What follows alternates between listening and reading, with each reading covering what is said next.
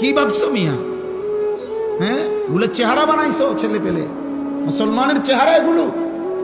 এক ওয়াক্ত নামাজ নাই, তুমি মুসলমান?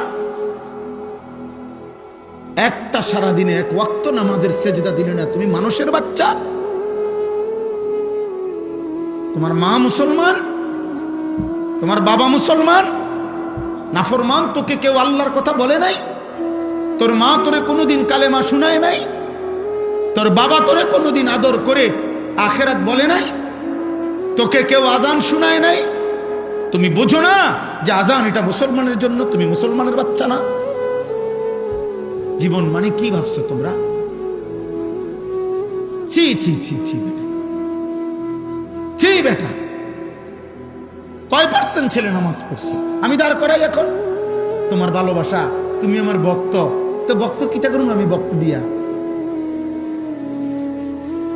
আমি ভক্ত দিয়া করব কি বেটা? বলো মিয়া, তোমার ভক্তি দিয়ে আমি করব কি? তুমি আমার সাথে ছবি উঠাইবা, আসো, উঠাই একসাথে ছবি উঠাই, আসো, এদিকে আসো, একসাথে উঠাই, আসো, উঠাইয়া দাও ফেসবুকে। কোন বিবেকবান বলবে তুই হুজুরের মতো না, হুজুর তোর মতো, বুঝতে চাই। তখন কি জবাব দিবা? কোন ব্যক্তি যদি নিচে কমেন্টসে লেখে যে এই বেটা তুই হুজুরের মতো না, হুজুর তোর মতো, বল একসাথে ছবি উঠাইয়া কি বুঝাইতে চাচ্ছ? আমি আর হুজুর একরকম না, হুজুর আর আমি একরকম? কথা বলে না। তুমি বলো আব্বা, বলো কি বুঝাইতে চাও তুমি কও। যদি বলি না হুজুর একরকম আমি আর একরকম, তো একলগে উঠাইছে, একসাথে উঠাইলা কেন? কি করবা তুমি আমার ছবি দিয়ে? আর তোমার ছবি দিয়ে আমি করবো কি? বলেন না। আমরা যদি দুনিয়া চাই তত ঠিক আছে, যে আস্তে আস্তে যেভাবে জনপ্রিয়তা বাড়তে আছে, আশা করি ভোটে দাঁড়াইলে এবার কিছু ভোট পাবো মনে হয়। তো এটা যদি হইতো মাকসাদ, তাহলে তো ঠিক আছে। তো আমি তো স্পষ্ট বললাম আমি কোনো প্রার্থী না, এখানেও না, আমাকে লাগাতেও না, আমি কোনো প্রার্থী না আব্বা।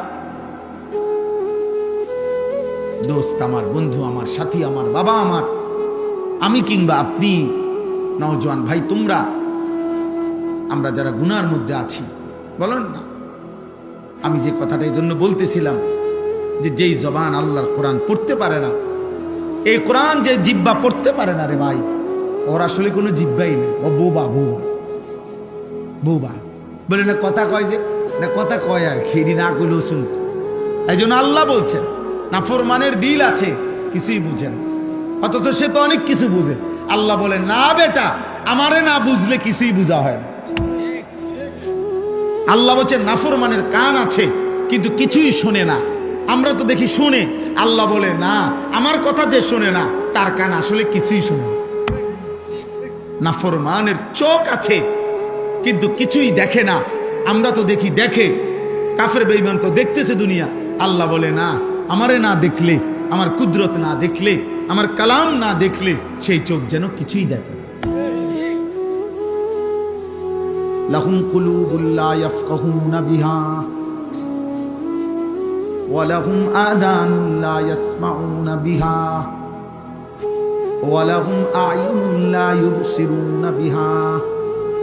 আল্লাহ বলে জাহান্নামীর দিল তো ছিল কিন্তু বোঝে না, কান তো ছিল শুনে না, চোখ তো ছিল দেখে না। আল্লাহ বলেন এমন নাফরমান মানুষ না, উলাইকা কাল আনআম, এটা মূলত চতুষ্পদ জন্তু, জানোয়ারের মতো। এটা কোনো গরু কিংবা ছাগল, এটা কোনো কুত্তা কিংবা বিলাই, এটা কোনো শূকর কিংবা জানোয়ার। আল্লাহ বলে যদি খেয়াল করবা বান্দা, যদি জানোয়ার বললে রাগ করে তাইলে তারে আরো নিচে নামায় দিবা। বালহুম আগাল, বলবা না বন্ধু, সরি বন্ধু, তুমি কুত্তাও না শূকরও না, বরং কুত্তার চাইতেও নিকৃষ্ট, শূকরের চাইতেও নিকৃষ্ট। আরো নিচে নামাই দিবা। উর্ফে উঠানের সিস্টেম নাই। মানুষ আর গরুর মাঝখানে কোনো প্রাণী নাই, মানুষ আর ছাগলের মাঝখানে অন্য কিছু নাই, বুঝেন নাই? মানুষ আর কুকুরের মাঝখানে অন্য কিছু নাই। আপনি আরেকটা কি প্রাণী যে এটা মানুষও না গরুও না, এটা কি প্লাস্টিক নাই তো, আরেকটা প্রাণী নাই। তাহলে হয় তাকে বলবা জানোয়ার, আর যদি বলে সে না, এই মেয়ে জানোয়ার বললেন কেন, আল্লাহ বলে তাহলে তারা আরো নামায় দাও, নিচের দিকে দাও, যে ঠিক আছে ভাইয়া দুঃখিত, জানোয়ার বলাতে আপনি মাইন্ড করেছেন, আন্তরিকভাবে দুঃখিত, ক্ষমা প্রার্থনা করছি, আপনি জানোয়ারের চাইতে নিকৃষ্ট। চলো মিয়া ভাত খাও, আব্বা ভাত খাও। এই নওজোয়ান নর্তকী দেখো, দেখো উলঙ্গ ছবি দেখো, জিনা দেখো, বেবিচার দেখো, মোবাইলের অস্থির দৃশ্য দেখো। একদিন 1 কোটি বছর 100 বছর দেখার পরও দেখবা জিরু ছাড়া আর হাফ প্যান্ট ছাড়া আর গোসল ফরজ হইছে, শরীর নাপাক হইছে, শরীরের নাপাক বীর্যপাত হইছে, কয়দিন পরে দেখবা কোমরেরও কি নাই, শক্তি নাই, লজ্জাস্থানেরও শক্তি নাই, হাফ প্যান্ট হইয়া ফতে ফতে ঘুরবে। আমি অনুরোধ করলাম দয়া করে বয়ানটি আপনি মনোযোগ দিয়ে শেষ পর্যন্ত অবশ্যই শুনে যাবেন, আর অবশ্যই আপনি একজন মুসলমান হিসাবে এই বয়ানটি অন্য একজন মুসলমানের সাথে শেয়ার করে দিবেন, যেন সেও আপনার মতো এই বয়ানটি শুনতে পারে এবং বয়ান থেকে আমল করতে পারে। ধন্যবাদ। অতএব আমরা প্রত্যেকেই আজকের এই রাত গভীরে দয়া করে ইনসাফের সাথে আমি অনুরোধ করলাম, প্রিয় ছেলেরা, বাবারা, পর্দার আড়ালের মা বোন, প্রত্যেকেই কষ্ট করে আমরা এই শেষ গভীর রাতে আমরা নিয়ত করি আমরা 5 ওয়াক্ত নামাজ পড়ব। বলো না ভাই, বলো ভাই ইনশাআল্লাহ। ছেলেদের কাছে তোমার একটা ছেলে হলো, আমি হাত জোড় করে এক ভাই হিসাবে তোমাদের কাছে অনুরোধ করছি, দোস্ত আমি আগেই বলছি আমি এক ফেরিওয়ালা, যে আখেরাত ফেরি করি। অতএব আমার একটা অনুরোধ, কোনো একটা ছেলে হলেও মাইনো, তুমি চোখের হেফাজত করো। বলো ইনশাআল্লাহ।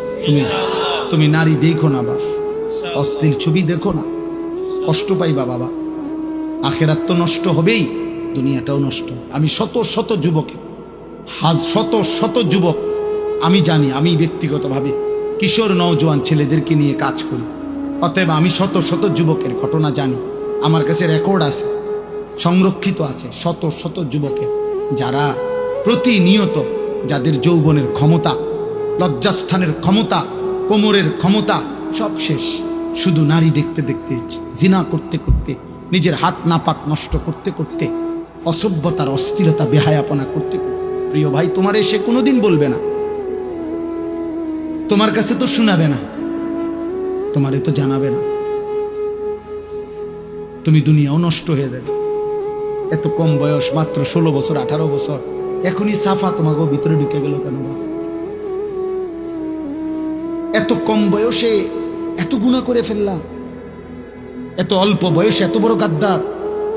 মাত্র 14 বছর না হতেই তুমি আল্লাহকে কোনো পাত্তা দিচ্ছ না, তো তুমি 40 বছর পর্যন্ত গেলে তো দাজ্জাল হয়ে যাবে।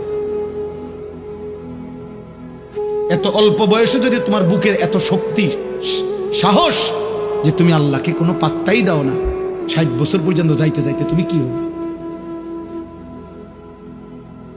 অতএব দয়া করো ছেলেরা, দয়া করো, সমবয়সী বন্ধু দিয়া পারতা না, অসভ্য বন্ধু, দুষ্ট শয়তান তোমারে নষ্ট করে দিবে, ও তোমারে ভালো হতে দিবে, ও তোমারে ভালো হতে দিবে। যে কোনো অসৎ চরিত্রহীন নারী দেখে, ছবি দেখে, উলঙ্গ দৃশ্য দেখে, হারাম অসভ্য বেহায়া নারীর কথা যেগুলা বলে, চলাফেরা, ওই জীবনও তোমারে ভালো থাকতে দিবে। এই পৃথিবীর যেই কোনো মদখোর নেশাখোরকে তুমি জিজ্ঞাসা করে দেখো, ভাই কেমনে নেশা শুরু করছে, বলবে কোনো সমবয়সী অসৎ বন্ধু ধীরে ধীরে আমারে এই নেশার জগতে নিছে। একজন এমন নাই যে নিজের থেকে শুরু করছে। আরে বিড়ি খায় যারা, বিড়ি, যে সমস্ত বুড়া বেড়া 70 বছর বাঁকা হয়ে গেছে, বুড়া বিড়ি খায়, এ বিড়ি খাওয়াই না বুড়া মিয়ারে জিগান, সাসা পশ্চিম দিকে ফিরে আল্লাহরে সাক্ষী রেখে বলেন বিড়ি খানা শুরু করছেন কেমনে? ওই বলবে আমি খাইতাম না প্রথম প্রথম, আমার লগে 2-3টা ফোলা আসিল, এডি আমার অভ্যাসটা করাইছে। কোন গুনাহ, হারাম গুনাহ যেগুলো, মন্দ আখলাক, এগুলা সমবয়সী বন্ধু নষ্ট করে দেয়।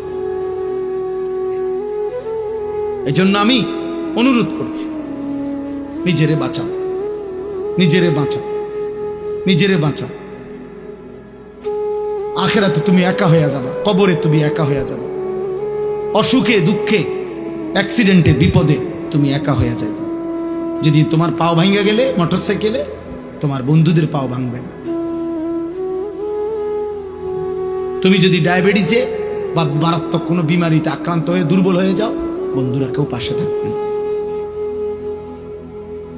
কবর আখেরাতে তো নাই, দুনিয়া তো সুখের বেলায় অনেকেই মিলে, দুঃখ পেরেশানিতে কেউ মিলে না, কেউ মিলে না। আল্লাহ আমাদেরকে হেফাজত করেন, আল্লাহ আমাদের ছেলেদেরকে আখলাক দান করেন। আল আহদাফ ফাউন্ডেশন আল্লাহ তাআলা কবুল করেন। আজকের এই মসজিদের এই আয়োজন, ফাউন্ডেশনের এই আয়োজন, এই তাফসীরুল কোরআন মাহফিল আল্লাহ তাআলা কবুল করেন। সবাই মিলে মেহেরবানি করে আমরা এই দুইটা কাজ আমি সবাইকে বললাম। এক নাম্বার, চোখের হেফাজত করেন। বয়স্ক মাঝ বয়সী যারা টেলিভিশন দেখেন, নাটক সিনেমা দেখেন, চা দোকানে আড্ডা দেন, আপনাদের কাছে অনুরোধ, আপনারা এই মন্দ আখলাক ছেড়ে দেন। চা খান, কোনো মানান, চা দোয়ানের বিরুদ্ধে আমি বলি না, চা খান আমার সময়, চা আমিও তো খাই, কিন্তু বেডি চান কেন? নর্তকী দেখেন কেন? নাটক সিনেমা দেখেন কেন? 60 বছরে যার লজ্জা হয় নাই, ও তো বেটা এত বুড়ো বয়সে যদি লজ্জা শরম না হয়, আপনার আখিরাত কি হবে? অতএব সবাইকে বললাম, মা বোন যারা পর্দার আড়ালে আছেন, আপনাদেরকেও বললাম, আপনাদের ইজ্জত, আপনাদের সম্ভ্রম, আপনাদের সম্মান মর্যাদা, নিজের পর্দা পুশিদা রক্ষা করে।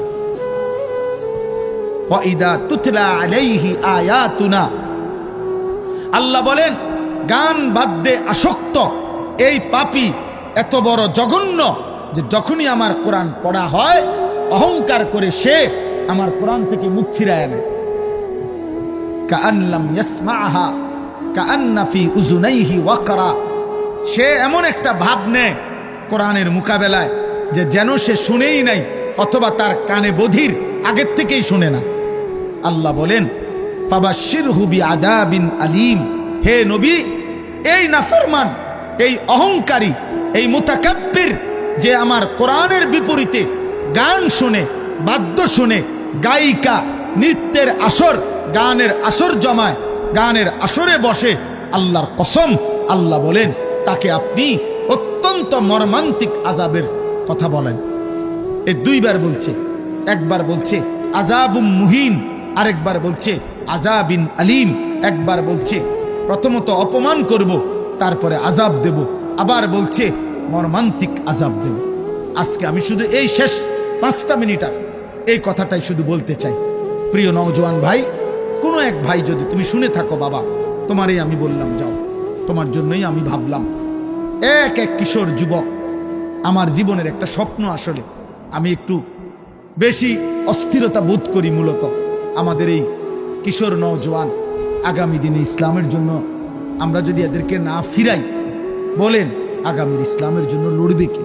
আসলে বাস্তব সত্য কথা হলো বাপ, শুধুমাত্র ফিলিস্তিনে এই যুদ্ধ, মুসলমান আর ইয়ার যুদ্ধ, খোদার কসম, এই কোরআন সামনে বললাম, এই যুদ্ধ এতটুকুর জন্য না, এখানে সীমাবদ্ধ না। ইউরোপ, আমেরিকা এবং এই এরা কোনোভাবেই বিশ্বাস করেন এখানের জন্য শুধু যুদ্ধ করছেন, ওদের টার্গেট সারা পৃথিবীময় মুসলমানের শেষ ব্যক্তিটাকেও নিশ্চিহ্ন করে। ইসরায়েলের মোট জনগোষ্ঠী 1 কোটি না, 1 কোটি নয়, 92 থেকে 97 লাখ মোট জনগণ পুরা দেশের। তাহলে যে দেশের জনগণ 1 কোটি নয়, অথচ গোটা পৃথিবীর সবচেয়ে বড় বেশি অস্ত্র আমদানিকারক দেশ হলো ইসরায়েল। তাহলে 1 কোটি মানুষের নিরাপত্তার জন্য পারমাণবিক বোমা লাগে না। 1 কোটি মানুষের নিরাপত্তার জন্য এত মারণাস্ত্র, এত অত্যাধুনিক, এত কোটি কোটি, হাজার হাজার, বিলিয়ন বিলিয়ন, ট্রিলিয়ন ডলারের অস্ত্র লাগে না। তাহলে বিষয়টা কি? আবার তিনের মোট জনগণও তো অল্প, তাহলে এই কৌগা মানুষ মারণের লাগেও তো এত অস্ত্র লাগে না। এই কয়েকজন মুসলমান মারার জন্য তো এত অস্ত্র লাগে না, তাহলে এরা এত অস্ত্র দিয়ে করে কি? মেন স্থাপনা যেগুলো, তাদের যে মেন কার্যক্রম, তারা 24 ঘন্টা কাজ করে।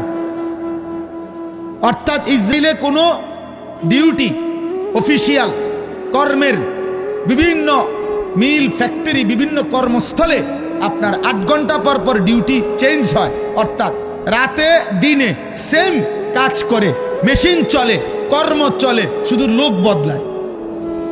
বুঝেন নাই কথা?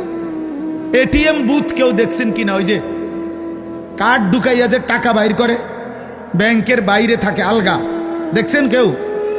এখানে ডিউটির সিস্টেম হইল 8 ঘন্টা ডিউটি, অর্থাৎ প্রতি 8 ঘন্টা পর পর একজন এখানে দারোয়ান থাকে, এ বদলায়, কিন্তু ওইটা 24 ঘন্টা খোলা থাকে। মানে গ্রাহক যে কোনো সময় এসে কি নিতে পারবে? টাকা নিতে পারবে। ডিউটিতে একজন দারোয়ান আছে, কিন্তু এটা একজনে 24 ঘন্টায় থাকে না, 8 ঘন্টা পর পর। তো তাহলে আর অসুবিধা কি? মেশিন তো চলতেই আছে, লোক পাল্টাইছে, লোক বদলাইছে।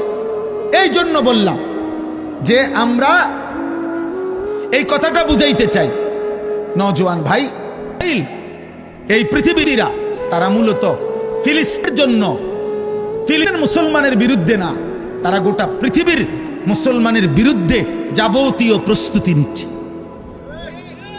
হ্যাঁ হ্যাঁ, এটা তাদের সিদ্ধান্ত যে পৃথিবীর শেষ মুসলমানটা হত্যা করবে। এবং খোদার কসম, কাবার রবের কসম, ইসরায়েল ঘোষণা যে মুহাম্মদের মদিনা, নাউজুবিল্লাহ, প্রিয় যুবক, তোমার নবীর মদিনা, সেখান থেকে নবীজির পবিত্র লাশ রওজা এখান থেকে উৎখাত করে পুরা মদিনা সহ আরবের শেষ সীমানাটাও দখল করা, ওইটা ওদের আনুষ্ঠানিক ঘোষণা আছে। কেন? নবীজি যখন মদিনায় আসছিলেন তখন মদিনাতে 3টা ইহুদি গোত্র ছিল। নবীজি তাদের বিরুদ্ধে যুদ্ধ করে করে আল্লাহর হুকুমে তাদেরকে আরব সীমানার থেকে বের করে দিয়েছিলেন। এই জন্য তাদের কথা হইল মদিনা তাদের, আরব তাদের সীমানা। অতএব বাপ, আমরা একটা আশা করি, এটা আর কি ভাবি, যে এই ছেলে পেলেদেরকে ওরা বেশি পরিমাণ গুনার মধ্যে পাগল বানায় ফেলছে। ওদের চুল, চেহারা, লেবাস, পোশাক, আখলাক, মোবাইল, নারী, অসভ্যতা, অস্থিরতা, সবার সামনে আপনি এটা বিবেক দিয়া ভাববেন। কিরে, বাবা আছে, দাদা আছে, এলাকার মানুষ আছে, চারিদিকে মসজিদ, যেই গল্লি দিয়েই সে হাঁটুক ওই গল্লি দিয়েই একটা একটা মসজিদ আছে, কিন্তু কোনো কিছু তার একটু লজ্জাবোধও করে না। কিরে, তার বাবা কই, নলে মা কই? আমি জীবনে একবার একটা টুপি, 4টা ফুল মাঝখান দিয়ে 4 যেখানে রঙিন 4টা ফুলওয়ালা একটা টুপি পরছিলাম জীবনে একবার। আমার আব্বা বাসায় যাওয়ার পরে আমার মারে বলছে, মায় আমার মাথার থেকে সে টুপিটা খোলায় ফেলছে, বলছে, ফুত, তোর আব্বা বলছে যে তোর বাবাই জীবনে কোনোদিন সাদা টুপি ছাড়া অন্য কোনো টুপি পরে নাই, তোরে নিষেধ করছে টুপি পরতি না, খোল এটা। আর কোনোদিন পরি নাই, আর কসম খোদার আর কোনোদিন পরি না। হ্যাঁ হ্যাঁ, আমি জীবনে একবার শুধু আমার আব্বারে বলছিলাম, আব্বা আমি শুধু এই মাদ্রাসায় পড়তাম না, আমার আরেকটা মাদ্রাসায় ভর্তি করাই দেন। আমার আব্বা বলছে, ফুত, পরের লোকমা ভাত আমার ঘরে খাইও না।